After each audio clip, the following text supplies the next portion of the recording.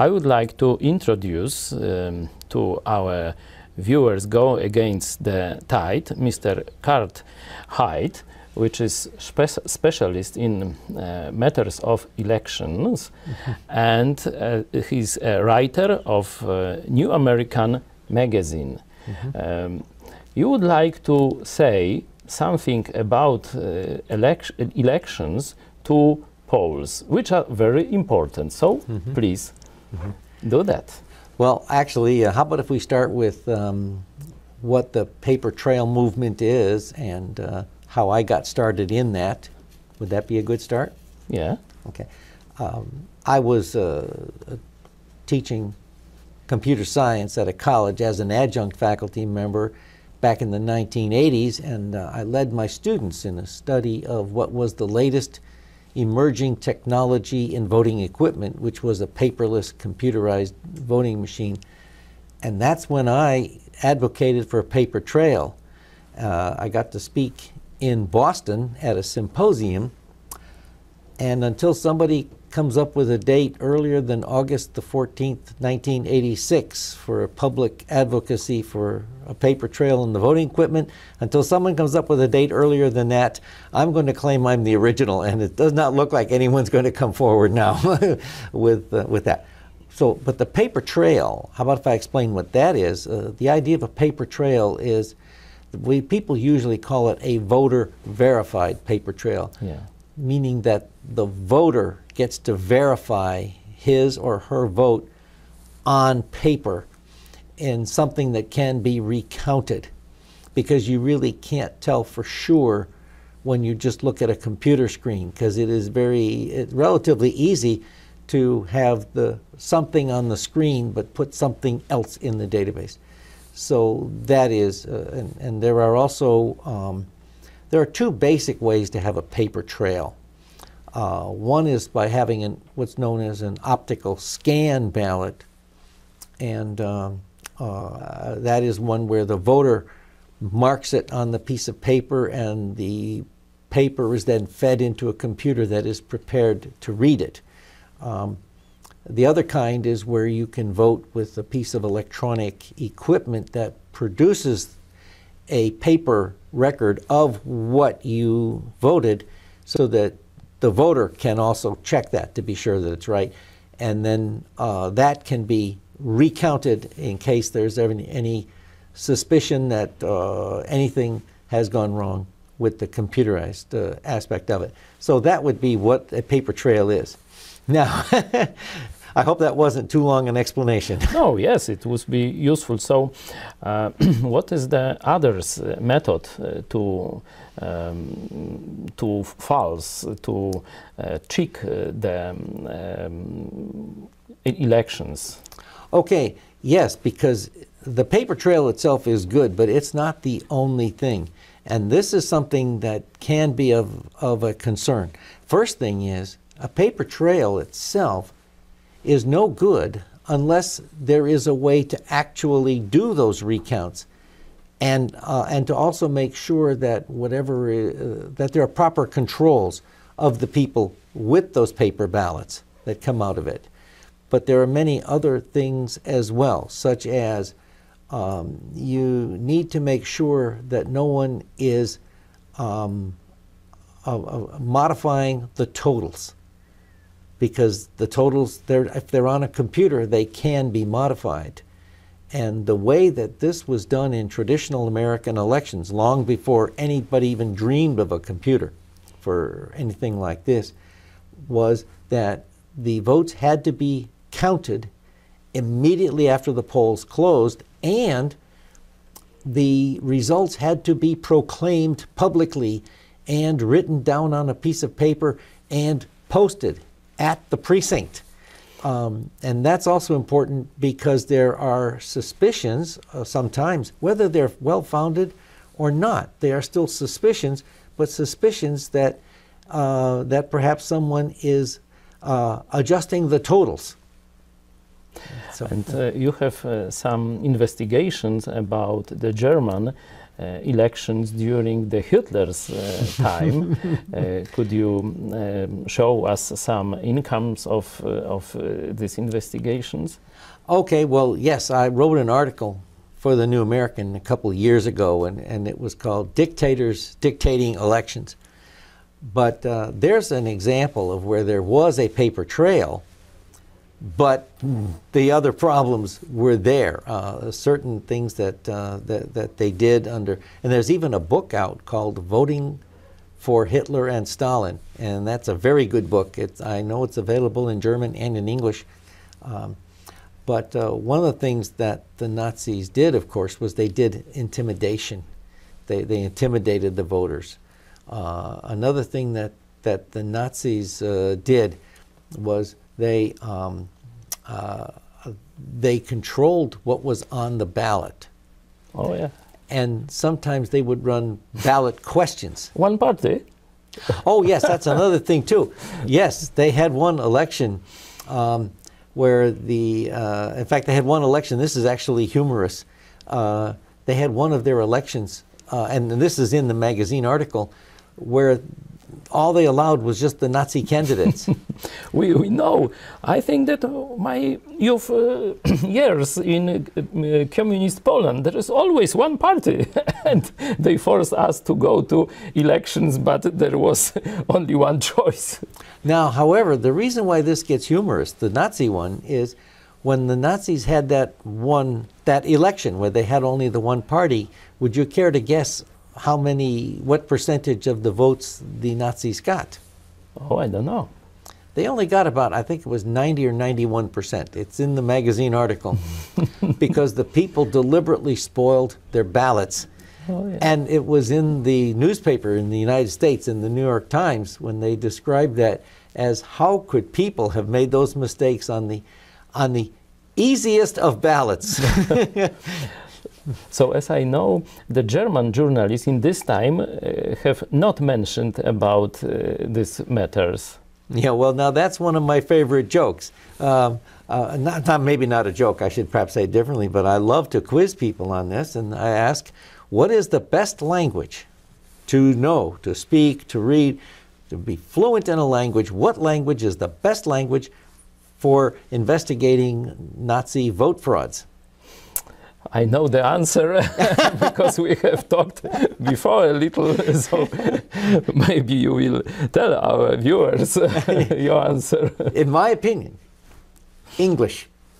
And the reason is because of all of the American reporters who were over in Germany during the time that Hitler was using elections to solidify his power in his country. And the German journalists couldn't. The newspapers would be shut down if they printed anything negative about the Nazis. The German people would get into trouble. They'd be taken to a concentration camp, perhaps, if they criticized the Nazis.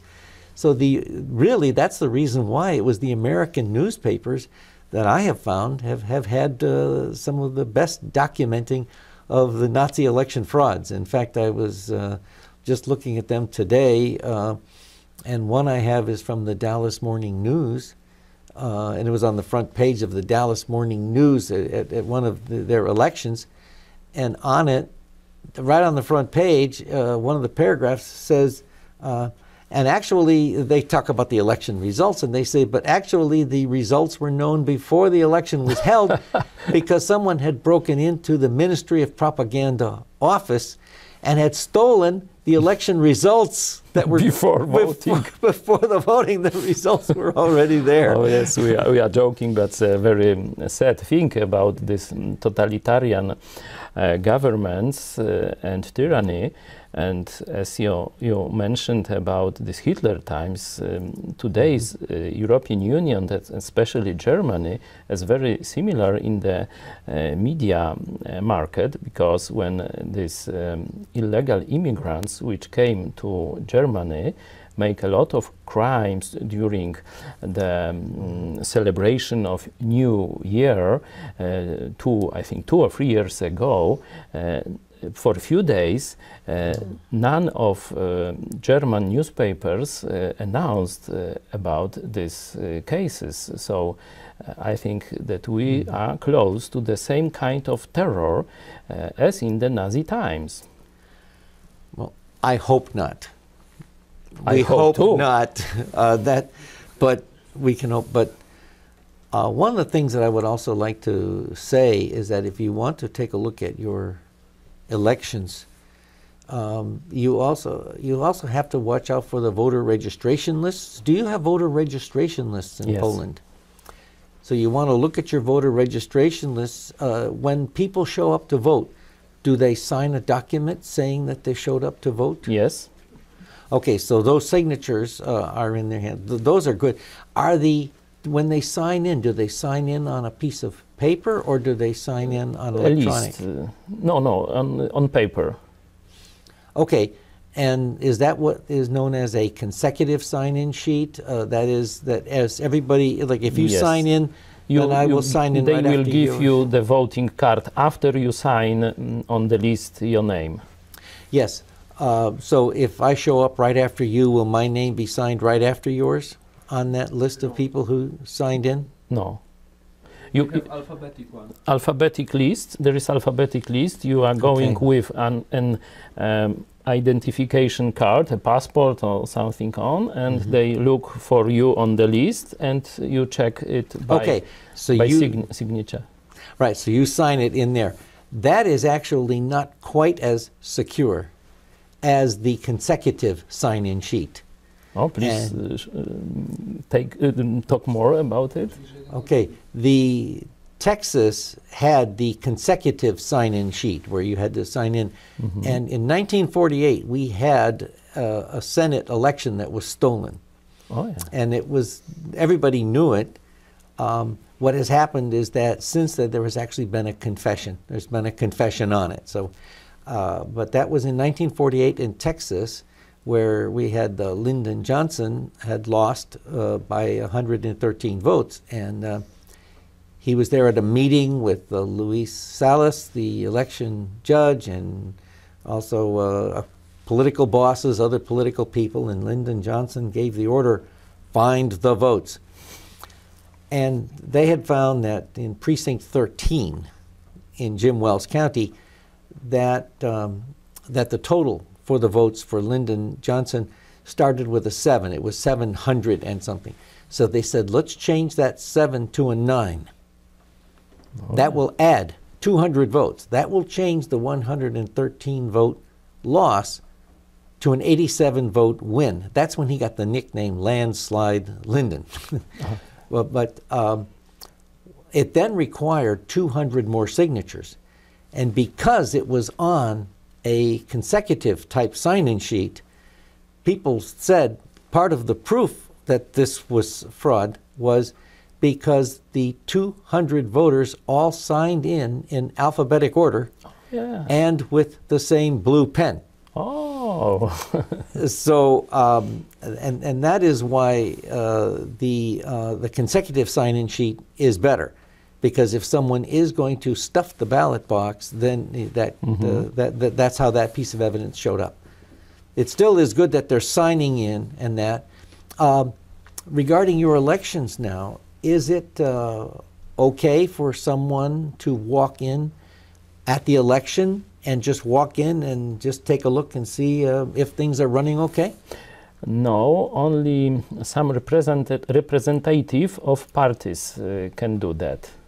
And they count votes after the election. Okay.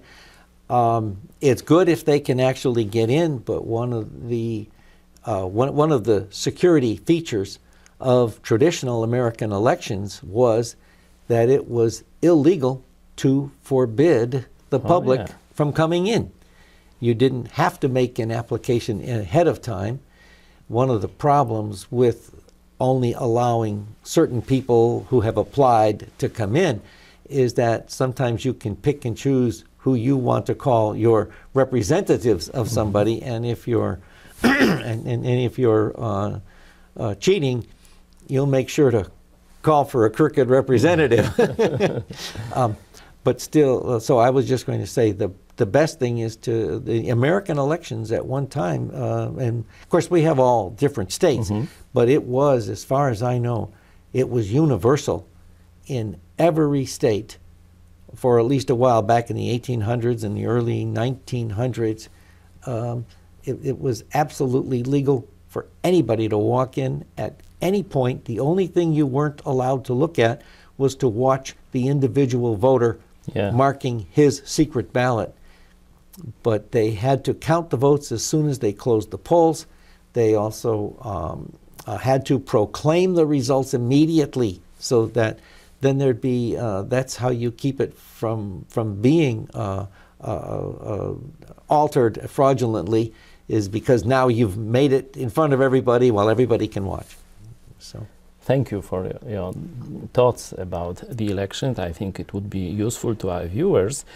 And I would like at the end ask you about the Poland and Polish delegation. Have you met Poles before, and what do you think about Poland and Polish people? Oh, I have met Polish people before too, of course, but I just love the people who have been here, you and your people who've been with you. This has been just wonderfully rewarding.